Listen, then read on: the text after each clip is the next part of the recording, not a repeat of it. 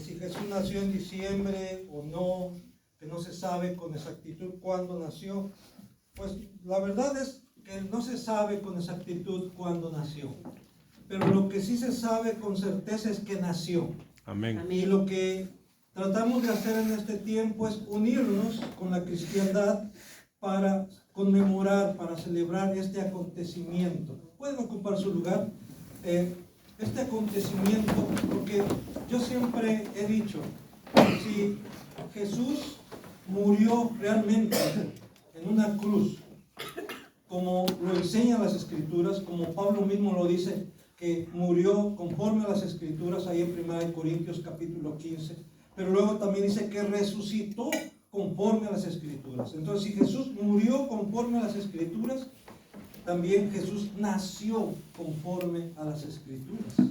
Porque de otra manera, entonces, si Jesús no nació realmente, si Jesús no tomó la naturaleza humana realmente, Jesús no pudo ofrecer un sacrificio perfecto, una ofrenda perfecta por el pecado delante del Padre.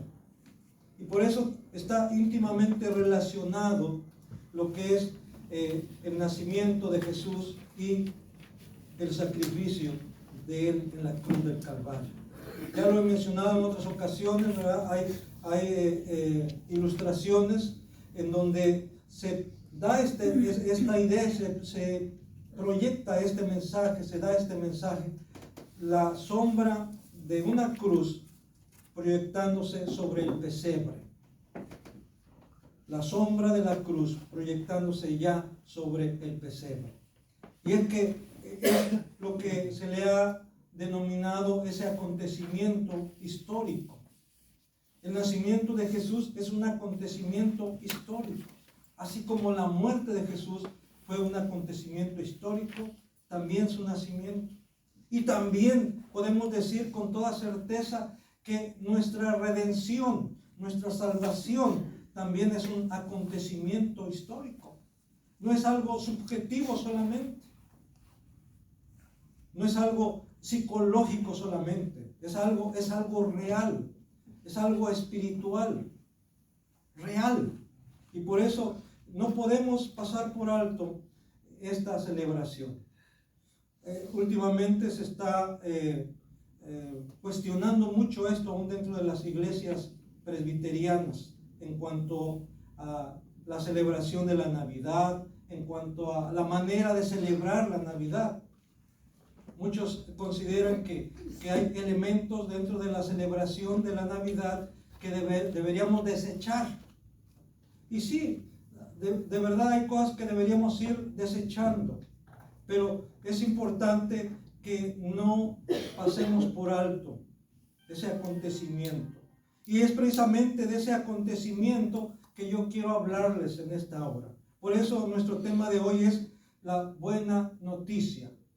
No estoy hablando de buenas noticias, sino la buena noticia, la noticia por excelencia. ¿Y cuál es esa buena noticia? Pues lo vamos a ver ahí en el Evangelio según San Lucas. Les invito a que abran sus Biblias en el Evangelio según San Lucas, capítulo 2. Y le voy a dar lectura del versículo 8 al 20. Es más, voy a dar lectura desde el inicio, porque no podemos separar la buena noticia del acontecimiento en sí. Porque una noticia es narrar, es dar a conocer un acontecimiento, algo que ha sucedido. ¿Y qué es lo que ha sucedido? Bueno, ahí en el capítulo 2 del Evangelio según San Lucas, dice así: aconteció en aquellos días que se promulgó un edicto de parte de Augusto César, que todo el mundo fuese empadronado. Este primer censo se hizo siendo Cirenio gobernador de Siria. E iban todos para ser empadronados, cada uno a su ciudad. Y José subió de Galilea, de la ciudad de Nazaret, a Judea, a la ciudad de David, que se llama Belén, por cuanto era de la casa y familia de David, para ser empadronado con María su mujer, desposada con él, la cual estaba encinta. Y aconteció que estando ellos allí, se cumplieron los días de su alumbramiento, y dio a luz a su hijo primogénito, y lo envolvió en pañales, y lo acostó en un pesebre, porque no había lugar para ellos en el mesón. Había pastores en la misma región, que velaban y guardaban las vigilias de la noche sobre su rebaño.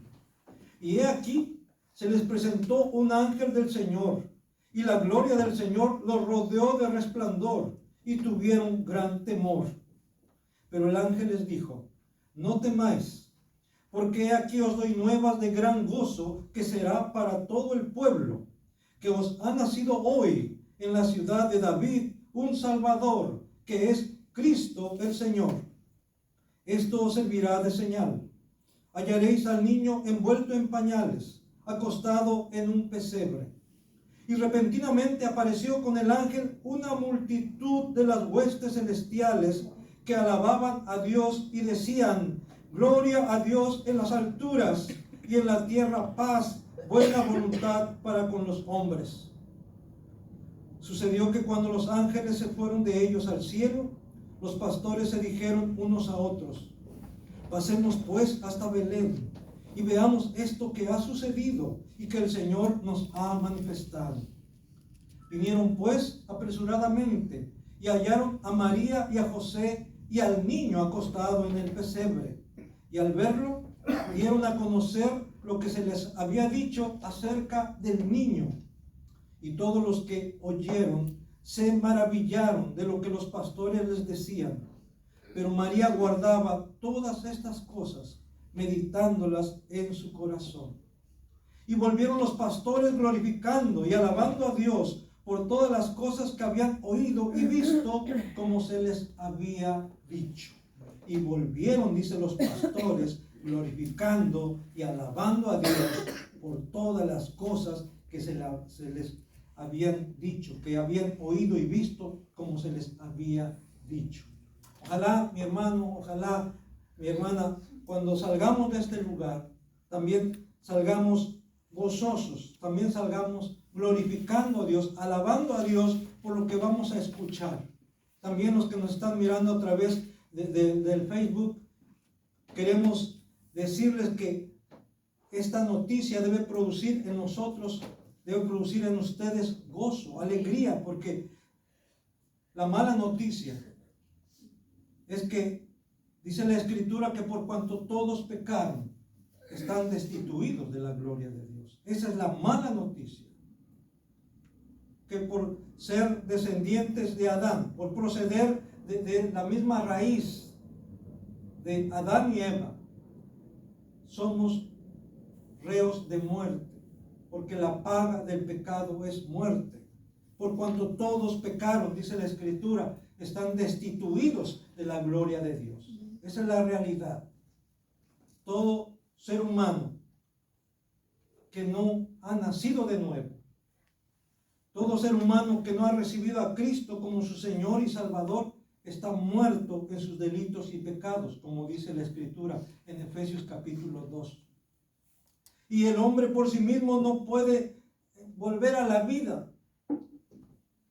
El muerto no quiere ni desea nada, ni puede hacer nada por sí mismo, para sí mismo, y mucho menos para otros. Esa es la condición espiritual en que se encuentra todo ser humano sin Cristo. Por eso, Dios, sabiendo esto, Él sabía que no había otra manera en redimir, en poder redimir a los que estaban muertos en sus delitos y pecados.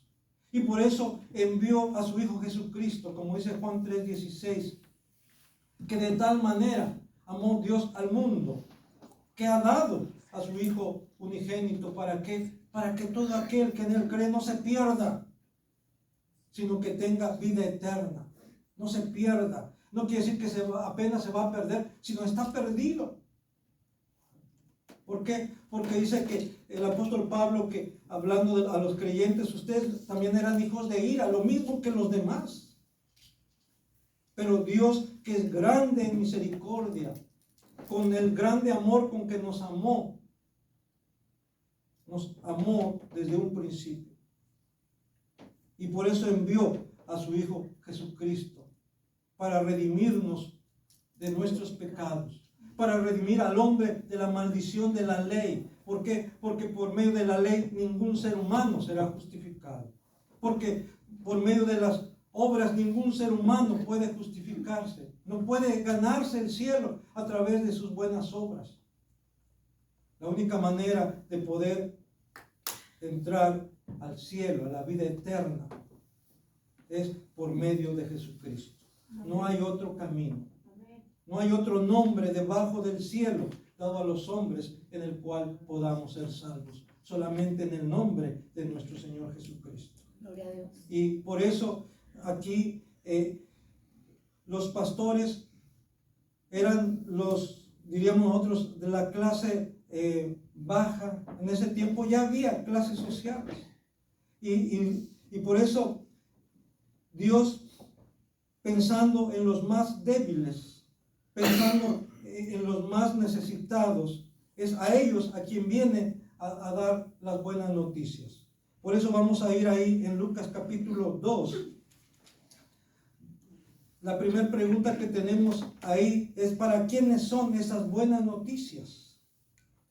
Y dice, según el versículo 8, es para el pueblo que más oprimido. Dice, voy a leer el versículo 8. Había pastores en la misma región que velaban y guardaban las vigilias de la noche sobre su rebaño. Dirá, bueno, no eran tan pobres porque tenían sus ovejas, tenían su rebaño. Bueno, algunos eran dueños de esas ovejas, eran dueños de esos rebaños.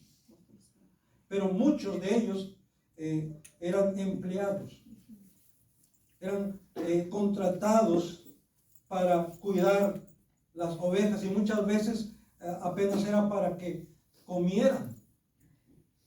Su salario no era muy bueno. A veces solamente trabajaban de esa manera para comer.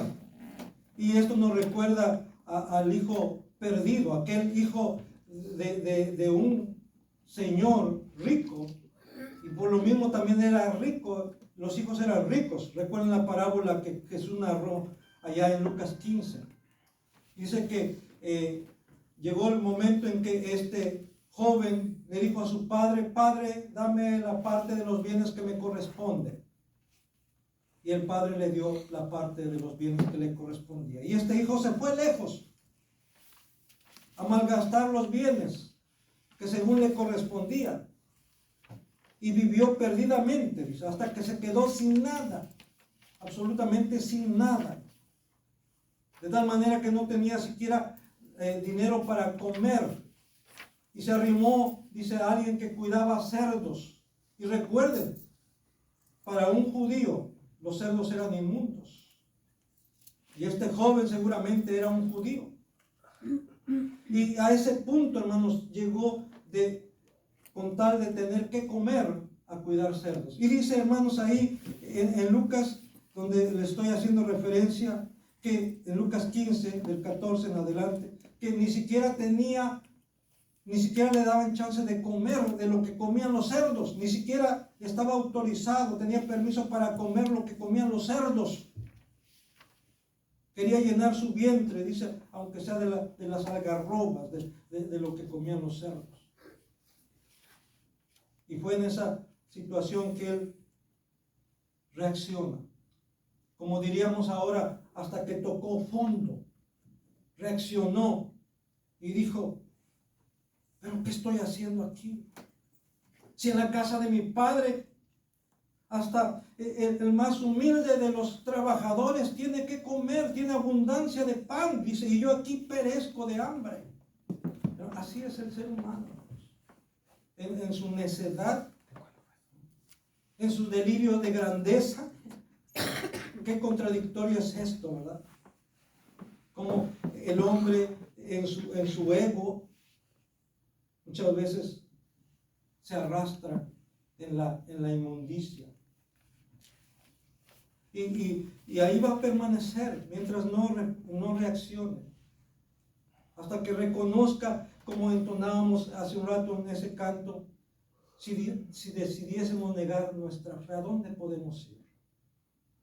No tenemos a dónde ir. Por eso el apóstol Pedro le dijo, cuando Jesús le dijo, ¿ustedes también quieren irse? Cuando dijeron, la gente se está yendo, estás hablando muy duro, la gente no lo soporta, se está yendo, nos están dejando solos.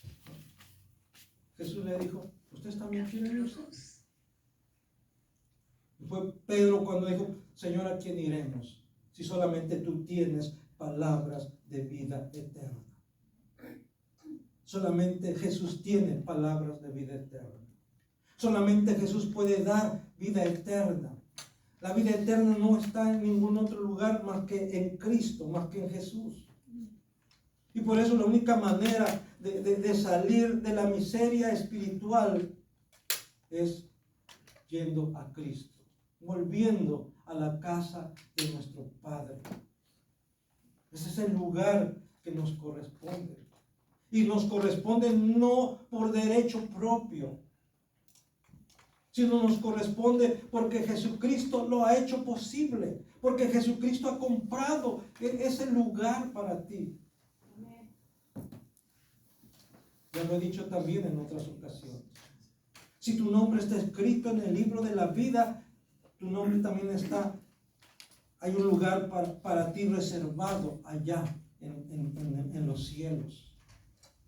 Y ese lugar nadie más va a ocuparlo. Está reservado para ti, porque Jesús pagó por ese lugar. Y ahora tú puedes entrar gratuitamente. Lo único que tú tienes que hacer es creer. Es lo único que Dios pide de ti, que creas. El que cree en el Hijo ya tiene la vida. Pero el que rehúsa creer no verá la vida, sino que la ira de Dios está sobre él, está sobre ella. Quien no quiere creer viene a los pastores. Había pastores en la misma región que velaban y guardaban las vigilias de la noche. Cuando hablamos de los más necesitados, sobre todo estamos hablando de aquellos que reconocen su necesidad. Y aquí más que la necesidad material, la Biblia dice, bienaventurados los pobres en espíritu.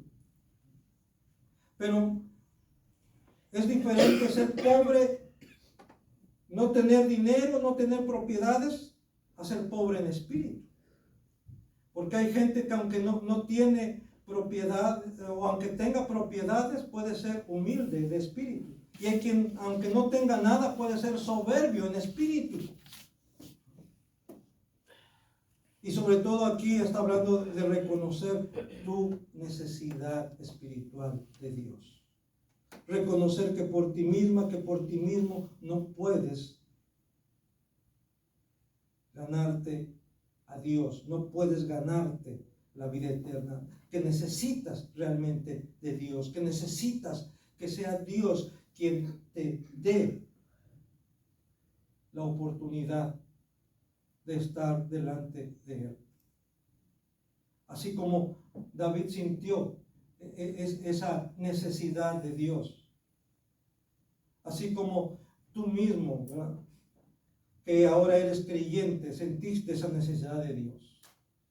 Oraba David en el Salmo 51, ten piedad de mí, oh Dios, conforme a tu misericordia. Ten piedad de mí.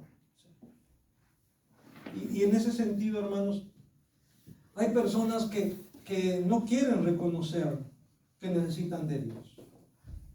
Y por eso no buscan a Dios y no quieren nada con Dios. Y piensan que todo lo pueden conseguir con su dinero, que todo lo pueden conseguir con sus influencias, que todo lo pueden conseguir con su facilidad de palabras,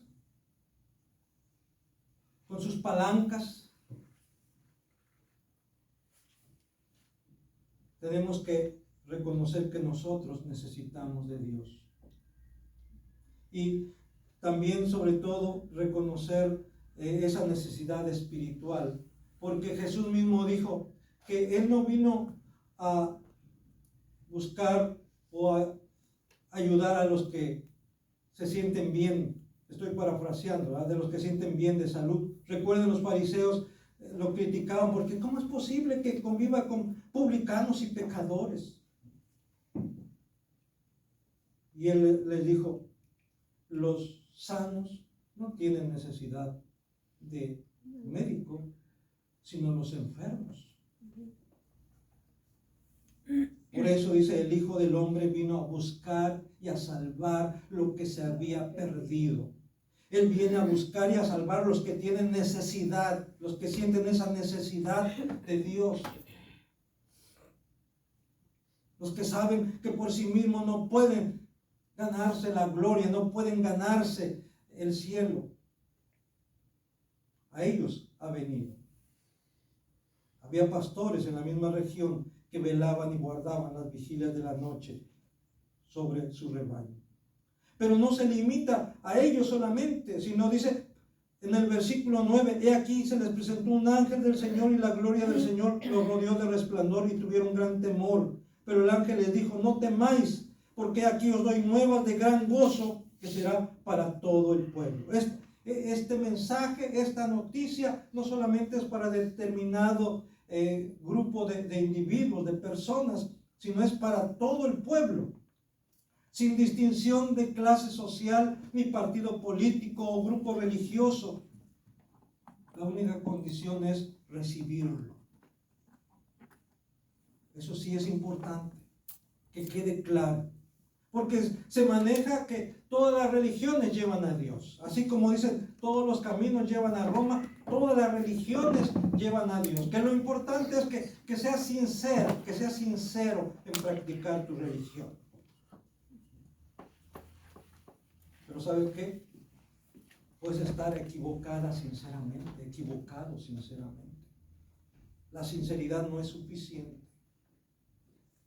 Jesús lo dijo claramente, tened fe en Dios. Y el Padre dice claramente, este es mi Hijo amado en el cual tengo complacencia, a Él oíd. Tenemos que creer en Él, reconocer quién es Él. Por eso dice en Juan 1, 11 y 12, a los suyos vino, y los suyos no le recibieron. Mas a todos los que le recibieron, a los que creen en su nombre, ¿qué dice? Les dio potestad, les dio el derecho de ser hijos de Dios. A los que creen en su nombre, enfatiza, termina, a los que creen en su nombre, les dio potestad de ser hechos hijos de Dios. A todo el que le recibe. No importa tu religión, no importa tu nacionalidad, no importa tu posición social o económica, lo único que tienes que hacer es recibirle, reconocerle como tu Señor y Salvador, reconocer que Él es el Cristo, que Él es el Mesías, que Él es el ungido de Dios, como tenemos aquí este texto atrás, cuando José quería dejar a María en secreto, cuando se enteró de que estaba embarazada, dice que quiso dejarla en secreto para no exponerla, y pensando en esto, dice que en la noche un ángel del Señor se le presentó y le dijo, José, no tengas temor de recibir a María como tu esposa, porque lo que en ella es engendrado del Espíritu Santo es, y llamarás su nombre Jesús. ¿Por qué? Porque Él salvará a su pueblo de sus pecados. Jesús quiere decir, Jesús es Jehová salva, Yahvé salva, y ya se ha simplificado como Salvador. Jesús igual a Salvador, pero literalmente es Jehová salva, Yahvé salva. Es lo que quiere decir el nombre de Jesús. Y muchos dicen, no hay que pronunciar Jesús, hay que pronunciar Yoshua o Yahshua y cosas así, ¿verdad? Pero aquí está, sí. El Nuevo Testamento fue escrito en griego, no en hebreo. El Antiguo Testamento sí, en hebreo y en arameo, pero el Nuevo Testamento está escrito en griego, y en griego es Jesús. Y llamará su nombre Jesús, porque Él, y solamente Él, podrá salvar a su pueblo de sus pecados.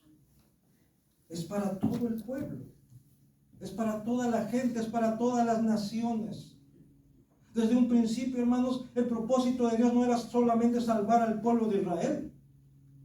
A través del profeta Isaías encontramos que Dios sí salvó primero al pueblo de Israel. ¿Para qué? Para que el pueblo de Israel fuera su testigo. Para que el pueblo de Israel diera a conocer a ese Dios verdadero, a ese único Dios, creador de los cielos y de la tierra. A Jehová o Yahvé de los ejércitos. Y para eso redimió al pueblo de Israel. Para eso lo liberó. Para que fuera su testigo en todo el mundo, entre todas las naciones. Y hermanos, ¿para qué Dios nos redimió? ¿Para qué Dios te salvó? ¿Para qué me salvó? ¿Para qué te salvó a ti? Para que seas su testigo, para que seas su testiga a donde quiera que vayas, donde quiera que estés, para dar a conocer quién es Jesús. Para que todo aquel que invoque el nombre del Señor sea salvo, porque es la única manera de ser salvo, invocando el nombre de nuestro Señor Jesucristo, ese nombre que está sobre todo nombre, ese único nombre en el cual somos salvos. ¿Quién comunicó esa buena noticia de que había nacido el Salvador?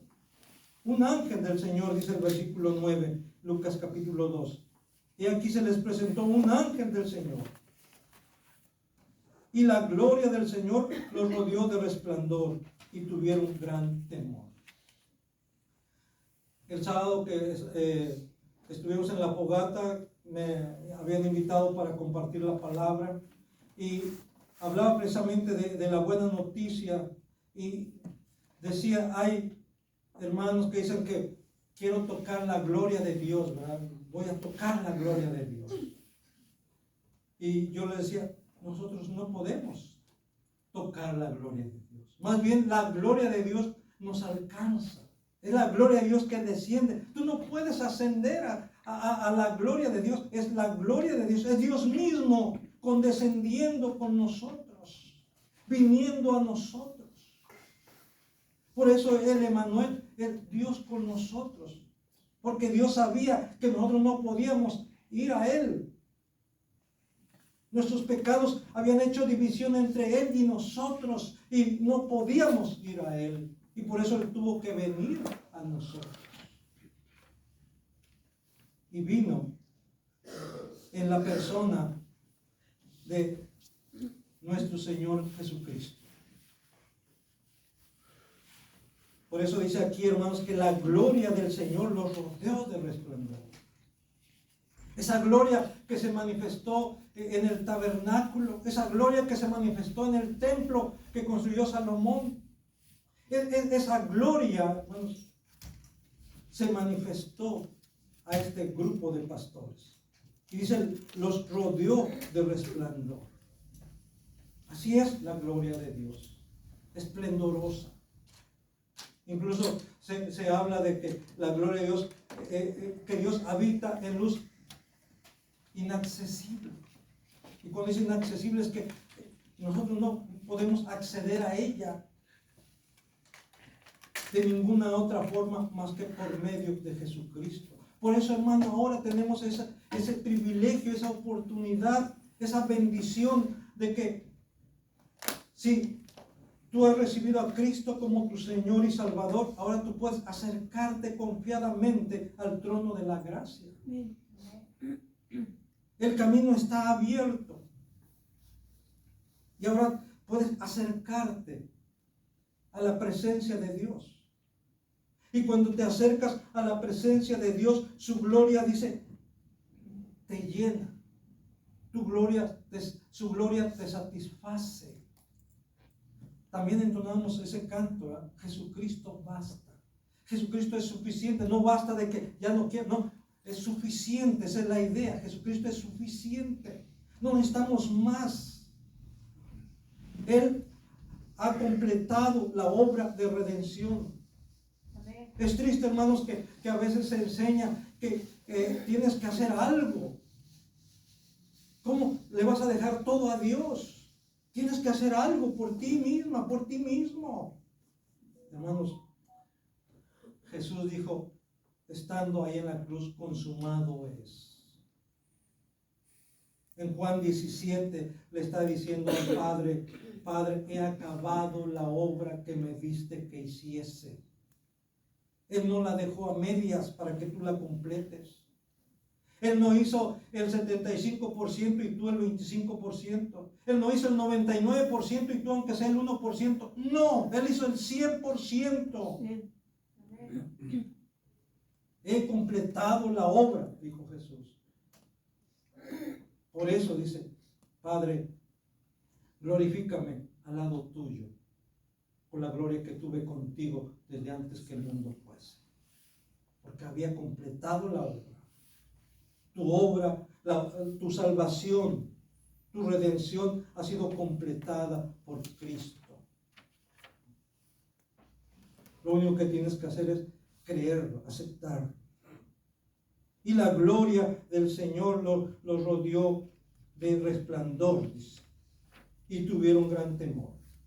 Pero el ángel les dijo: no temáis, porque aquí os doy nuevas de gran gozo, doy noticias de gran gozo, que son para todo el pueblo, para todo, primeramente para el pueblo de Israel, primeramente para el pueblo de Judá, para el pueblo de Palestina también.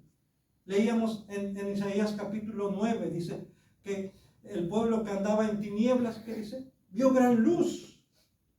El pueblo que moraba en valle de sombra y de muerte, luz resplandeció sobre ellos. Y esa luz, hermanos, a que está refiriéndose Isaías capítulo 9, es la luz del Mesías, es la luz de Cristo. La humanidad estaba sumida en tinieblas a causa del pecado. Y de hecho, también sigue el pecado, las tinieblas espirituales siguen cubriendo la tierra. Pero el único que puede destruir esas tinieblas es Jesucristo, es el Evangelio, es su palabra, es ese mensaje que se ha estado proclamando desde hace más de 2000 años. Es lo único que puede acabar con las tinieblas espirituales que envuelven la tierra. Las tinieblas quieren acallar, quieren opacar, quieren quitar esa luz, pero dice que la luz en las tinieblas resplandece. La luz es más poderosa que las tinieblas más densas que pueda haber. Y Jesucristo es esa luz. El Evangelio es esa luz. Les decía yo a los hermanos el sábado: yo espero que estas luces, esas luces que vemos en este tiempo, sean o tengan como trasfondo eso de la luz, quien es Jesús. Sea una manera de decir que la luz ha venido a este mundo y que las tinieblas no van a prevalecer en contra de esa luz. La luz en las tinieblas resplandece y las tinieblas no prevalecerán en contra de ella. Y tú, hermano, tu hermana, has sido hecho hijo de luz, hija de luz. Vosotros sois hijos de luz, dice la palabra. Ustedes son la luz del mundo, dice el Señor Jesús. El que me sigue no andará en tinieblas, sino que verá la luz de la vida. Y no solamente verás la luz de la vida, sino tú mismo reflejarás esa luz que es Jesús. No tenemos luz propia, no tenemos luz en nosotros mismos, solamente reflejamos la luz de Jesús. Y en la medida en que tú tengas comunión con Jesús, en la medida en que tú obedezcas su palabra, en esa medida tú estarás reflejando esa luz que emana de Jesús. Necesitamos, pues, estar cerca de Jesús. Por eso decíamos también: no me quiero alejar. Cerca de ti, Jesús, yo quiero estar. De tu presencia no me quiero alejar. No debemos alejarnos de su presencia, porque lejos de Él, lo único que podemos encontrar, hermanos, es la muerte. Lejos de Él, el enemigo anda como león rugiente, buscando a quien devorar. Por eso debemos estar cerca de Él siempre, porque Él nos cubre, Él nos protege. Él manda a sus ángeles alrededor de nosotros que nos protejan. Ya lo he dicho, tú no tienes que decirle a los ángeles que te rodeen, que te cuiden. Es Dios quien se encarga de ordenarles para que ellos te cuiden, te protejan. Y no solamente un ángel, no solamente es un ángel de la guarda, son huestes espirituales, son huestes de ángeles que están bajo la orden de Dios para tu beneficio. Como dice la Escritura, para bien de su iglesia, de su pueblo, de los creyentes. Son servidores de Dios para bien nuestro, dice la Escritura. Fíjate qué importante eres para Dios. De tal manera que Él manda a sus ángeles, como dice en el Salmo 91, acerca de ti para que te guarden en todos tus caminos. Pero acuérdate que cuando habla de todos tus caminos, no quiere decir que en todos tus caminos, sino sobre todo en el camino que el Señor te ha trazado. Y ese camino es Jesús mismo.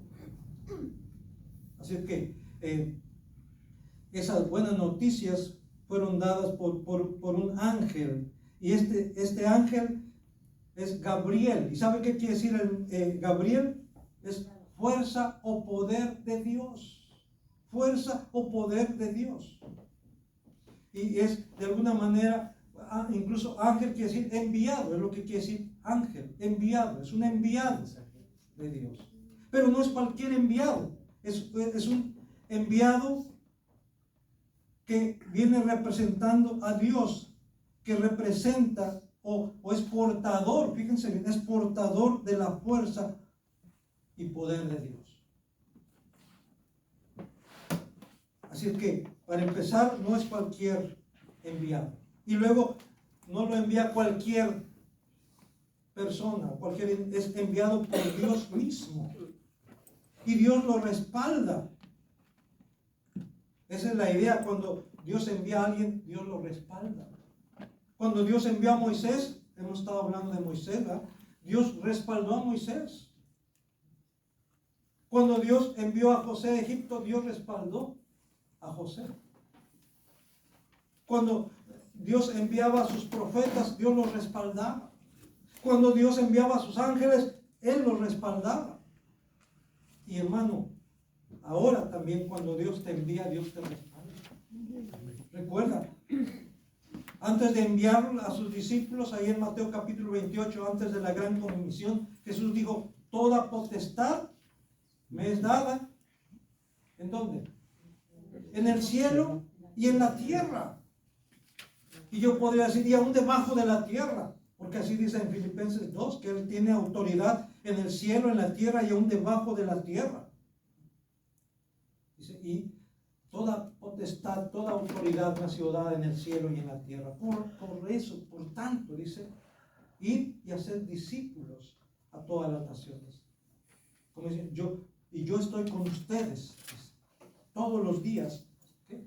Hasta el fin del mundo. Yo estoy con ustedes, respaldándolos.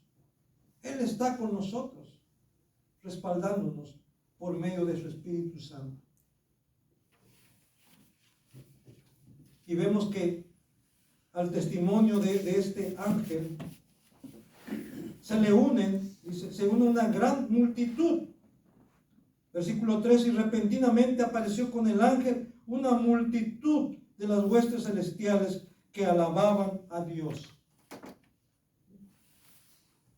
Aquí en el boletín, si tienen a la mano el boletín, dice ahí que en Deuteronomio habla acerca de que un testimonio para que fuese válido tenía que ser respaldado por 2 o más testigos.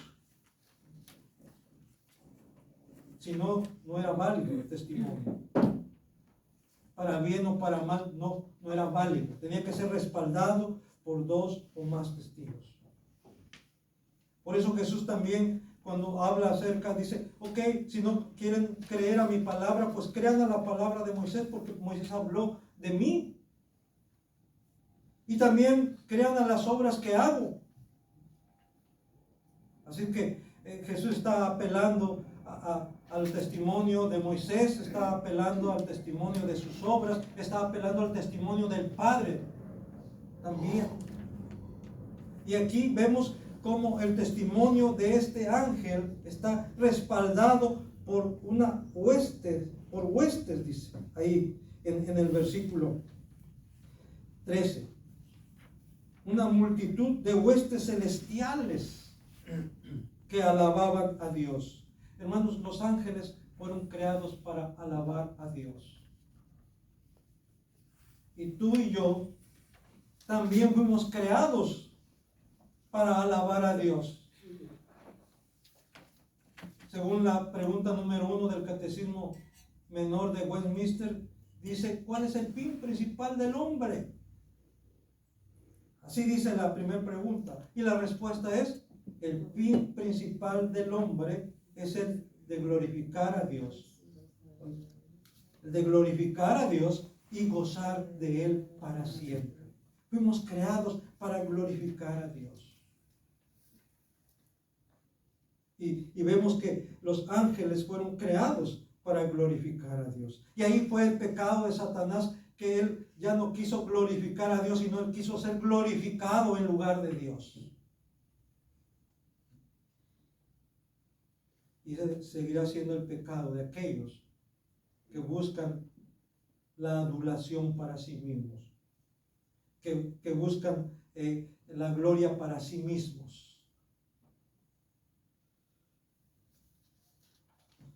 Y sigue diciendo aquí en el Evangelio según San Lucas capítulo 2.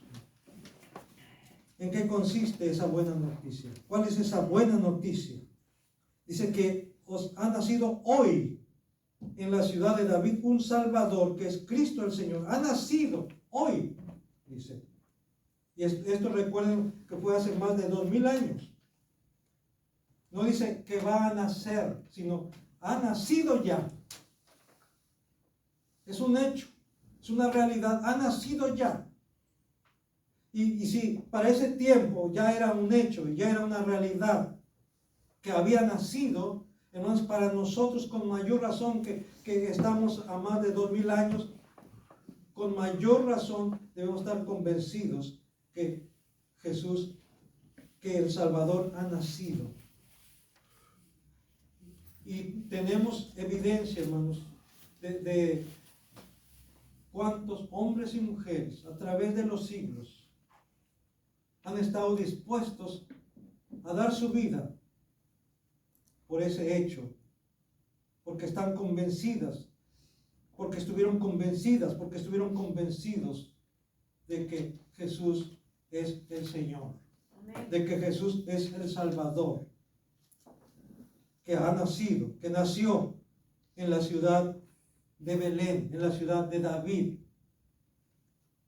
un Salvador, que es Cristo el Señor. Y aquí, hermanos, lógico que a veces como seres humanos necesitamos pruebas. Aún dirá alguien, pero pues ¿en dónde queda la fe? Y luego nos acordamos de Tomás, ¿verdad? Que cuando él dijo, yo si no lo veo con mis ojos y meto mis dedos en las heridas de los clavos y aún meto mi mano en su costado, yo no voy a creer. Porque los demás discípulos dijeron que habían visto al Señor, que Él se había presentado ante ellos y que Tomás no estaba. Dice, pero yo mientras no vea, mientras no pueda, yo no voy a creer. Y Jesús condesciende con Tomás y se presenta delante de él. Le dice, Tomás, ven. Y trae tu mano, trae tu dedo y métela en la herida de los clavos. Y trae tu mano y métela en mi costado. Y no seas incrédulo, sino creyente. Yo le decía la otra vez que predicaba sobre esto, yo no me puedo imaginar a Tomás, ¿verdad? Después de ver a Jesús y de estar y de veras, ¿verdad? Yendo y metiendo su dedo en las heridas de los clavos de las manos de Jesús. O metiendo su mano en el costado que traspasó la lanza de aquel soldado para corroborar de que Jesús estaba muerto, de donde brotó agua y sangre, dice la Escritura. Pero sí dice que Tomás cayó plenamente convencido, rendido ante la evidencia y dijo: mi Señor y mi Dios, mi Señor y mi Dios. Fue hasta ahí que tuvo que admitir, tuvo que reconocer que Jesús era su Señor y su Dios. Y la pregunta es: ¿y tú qué necesitas para convencerte de que Jesús es Dios y Señor? De que Jesús es el Mesías, de que Jesús es el Cristo, de que Jesús es el Salvador. Jesús le dijo a Tomás: bienaventurado tú, porque me viste, creíste. Porque me viste, creíste. Bienaventurados los que no vieron y creyeron. Bienaventurados los que no vieron y creyeron. Pero hermanos, aquí a veces Dios condesciende. Y a estos pastores, a través del ángel, les dice ahí, en el versículo número 12, esto os servirá de señal. Hallaréis al niño envuelto en pañales y acostado en un pesebre. Esto les va a servir de señal. Vayan a la ciudad de David, vayan a Belén, y allí van a encontrar a un niño envuelto en pañales y acostado en un pesebre. Hermanos, podríamos hablar sobre este versículo. ¿Por qué Jesús no nació en un palacio? ¿Por qué Jesús no nació en una cuna de oro? Si Él era el Rey de Reyes y Señor de Señores. Él es el creador del universo. Dice la Escritura que sin Él nada de lo que ha sido hecho fue hecho. ¿Y cómo es posible que tuviese que nacer y ser puesto en una canoa, en un pesebre, en donde comían los animales, y envuelto en pañales? La Nueva Traducción Viviente dice envuelto en lienzos de tela, envuelto en pañales, de una manera humilde, demasiado humilde. Y esto se explica, la misma Escritura lo explica, lo interpreta, que Él, siendo rico, se hizo pobre. ¿Para qué? Para que con su pobreza nosotros fuésemos enriquecidos. Él, siendo rico, se hizo pobre para que con su pobreza nosotros fuésemos enriquecidos. Lo hallaréis envuelto en pañales, acostado en un pesebre. ¿Por qué? Porque no había lugar para él en el mesón. No había lugar para ellos, diríamos nosotros, en los hoteles de ese tiempo, en las casas de huéspedes de ese tiempo. No había un lugar, no hubo un lugar, y tuvo que ir a nacer en un establo, en medio de los animales. Y yo siempre he hecho, por más romántico que nos lo quieran presentar, ¿verdad?, que incluso el lugar olía a rosas y cosas así, no sé si han escuchado eso. ¿Usted cree que un establo va a oler a rosas, a jazmín y cosas así? No, pero algo milagroso pudo haber pasado. Ahí estaba, envuelto en tiras de tela, en pañales, acostado en un pesebre. Les decía el otro día, cuando había quienes querían seguirle y le decían: ¿dónde moras? ¿Dónde vives? Y él le dijo: ven Vean. Las zorras tienen cuevas y las aves de los cielos nidos. Mas el Hijo del Hombre no tiene un lugar, no tuvo un lugar donde reclinar su silla. El dueño del universo no tuvo un pedazo de tierra para decir, esto es mío. No tuvo una casa para decir, esta es mía. Porque ese no era su objetivo, ese no era su propósito, a construir casas, a hacerse de un terreno. No. Su propósito era, su único propósito era venir a salvarte. Su único propósito era venir a dar su vida en expiación por tus pecados. Todo esto es el mensaje de la Navidad. Cuando vino el cumplimiento del tiempo, dice Pablo a los Gálatas, Dios envió a su Hijo, nacido de mujer y nacido bajo la ley, para redimir a los que estaban bajo la ley, a los que estaban bajo la maldición de la ley. Cuando vino el cumplimiento del tiempo, cuando en el reloj marcó el tiempo en que tenía que venir su Hijo, el Hijo vino voluntariamente, en obediencia a su Padre, por amor a ti, por amor a mí, por amor a su pueblo, por amor a nosotros. Amén. Esa es la buena noticia que debemos proclamar en la Navidad. ¿Qué efectos tuvo esa buena noticia en los pastores? Vamos a ver ahí el versículo 13. Y repentinamente apareció con el ángel una multitud de las huestes celestiales que alababan a Dios y decían, gloria a Dios en las alturas y en la tierra paz, buena voluntad para con los hombres. Hay una intensa actividad angelical cuando Jesús viene.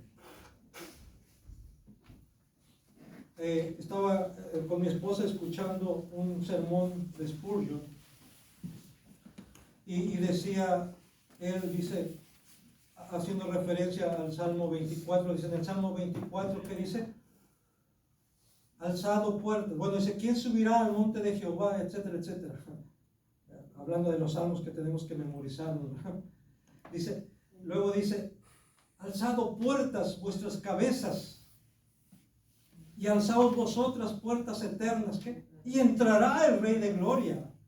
¿Quién es este Rey de Gloria? Jehová de los ejércitos. Él es el Rey de la Gloria.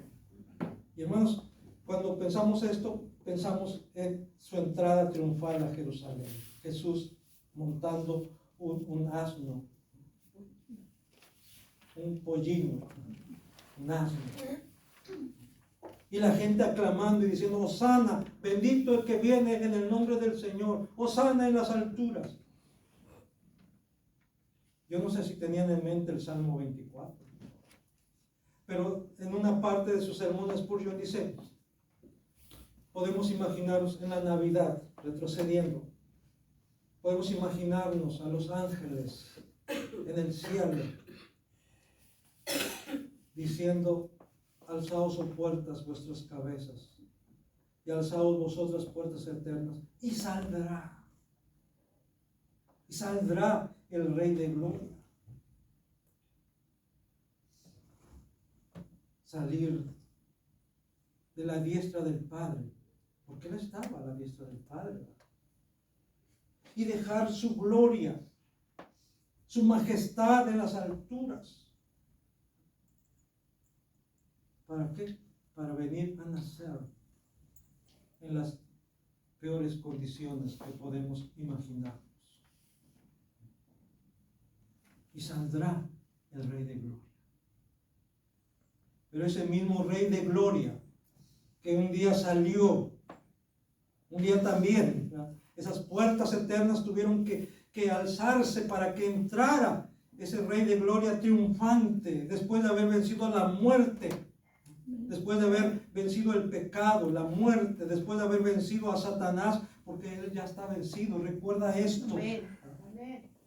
Él ya está vencido. Después de haber vencido a las huestes espirituales de maldad, que las exhibió públicamente, dice ahí en la cruz, ahora esas puertas eternas se tuvieron que alzar nuevamente para que entrara ese Rey de gloria que un día nació ahí en Belén de Judea. Amén. Hay actividad de ángeles. Los pastores también se activan. Dice el versículo 15, y sucedió que cuando los ángeles se fueron de ellos al cielo, los pastores se dijeron unos a otros, pasemos pues hasta Belén y veamos esto que ha sucedido y que el Señor nos ha manifestado. No se quedaron pasivos. Dijeron, esto tenemos que ir. Tenemos que hacer algo. Tenemos que ir para corroborar lo que se nos ha dicho. No podemos quedarnos aquí. Tenemos que ir hasta Belén para ver esto que se nos ha dicho. Y en ese sentido, hermanos, vemos esa disposición que tienen los pastores para ir y ver, para ir como dice, y ver con sus propios ojos, por sí mismos, esto que se les había dicho. Y esto, hermanos, nos recuerda también que el Señor quiere que compruebes por ti misma, por ti mismo. Que no solamente escuches y ya. Y bueno, está bien. ¿No? Tienes que hacer tuya esta noticia, tuya esta palabra. Vinieron pues apresuradamente y hallaron a María y a José y al niño acostado en el pesebre. Ellos no iban buscando a María y a José. Ahora sabemos que representa la Sagrada Familia, ¿verdad? María, José y el niño. Pero ellos no iban buscando a María y a José, iban buscando ¿qué? Al niño. Y ahí estaban, por supuesto, María y José. Pero iban buscando al niño. Y también cuando vinieron los magos de Oriente, no venían preguntando por María, no venían preguntando por José, venían preguntando por el rey de los judíos que había nacido, porque su estrella habían visto en el Oriente y venían ¿a qué? Adorarle. Adorarle. A eso habían venido desde Oriente a adorarle. Habían venido desde lejos a adorarle. Esa era su misión, ese era su objetivo y nadie los iba a hacer desistir. Y por eso cuando la estrella nuevamente los guió hasta Belén, dice que y al entrar en la casa vieron al niño. Ya no estaban en el pesebre, también es otra cosa, se representa en las pinturas o en las películas, ¿verdad? Que los magos llegan, los pastores llegan, los magos llegan y ahí al pesebre. Pero en la escritura dice que y al entrar en la casa, ya no estaban en el mesón, ya no estaban, perdón, en el establo, estaban en una casa. Y al entrar en la casa, vieron al niño con su madre María y postrándose, le adoraron. ¿A quién? Al niño, no a María, al niño. Y abriendo sus tesoros le ofrecieron oro, incienso y mirra. Venían buscando al niño y encontraron al niño y al niño lo adoraron. Ahora yo sé que hay quienes dicen, no, eso de guardar la Navidad está mal porque la Biblia no lo ordena. La Biblia dice que debemos de celebrar la Pascua o la Santa Cena o de celebrar, recordar la muerte y crucifixión de Cristo, pero no la Navidad. Y dicen, no, lo que pasa es que los cristianos celebran la Navidad porque quieren tener al niño Dios. Y como el niño Dios lo pueden manipular y por eso dicen, quieren celebrar la Navidad para celebrar al niño Dios. Pero hermanos, nosotros no estamos celebrando al niño Dios. Estamos celebrando al Rey de Reyes y Señor de Señores, que nació, sí, como un niño, porque era necesario que así fuese. Como dice en San Juan capítulo 1, dice que aquel verbo que era eterno con Dios, que era Dios mismo, en Juan 1:1, Ese verbo eterno que era Dios mismo se hizo carne y habitó entre nosotros, dice, y vimos su gloria, gloria como del unigénito del Padre, lleno de gracia y de verdad. Es la gracia y la verdad que hay en Dios. La gloria de Dios se manifestó en él. Y tuvo que ser así, porque era la única manera en que podía constituirse en nuestro representante delante de Dios. Porque dentro de los hombres, como dice la Escritura, vio Dios desde los cielos a los hijos de los hombres, para ver si había algún entendido que buscara a Dios. Y dice que no había ninguno, que todos se habían desviado a una se habían hecho inútiles. Entonces no había entre los seres humanos ni uno solo que pudiera agradar a Dios, que con su vida, que con su buena conducta pudiera agradar a Dios. Y por lo tanto entonces la humanidad estaba bajo el juicio de Dios, bajo la condenación de Dios, a causa de su pecado. Se estaba uno dentro del género humano que pudiera representar a toda la humanidad, pero no había, y por eso era necesario entonces que Dios mismo proveyera de ese uno. Así como Dios proveyó de aquel cordero cuando le dijo a Abraham que le sacrificara a su hijo. Y Abraham siempre le dijo a su hijo, Dios proveerá, Dios proveerá. Y Dios proveyó del cordero. Y por eso Dios también se proveyó de ese humano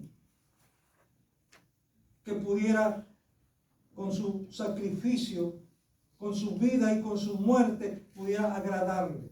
Y por eso cuando Juan el Bautista vio a Jesús que venía, dijo que he aquí el Cordero de Dios que quita el pecado del mundo. He aquí el Cordero de Dios, el Cordero que Dios mismo proveyó,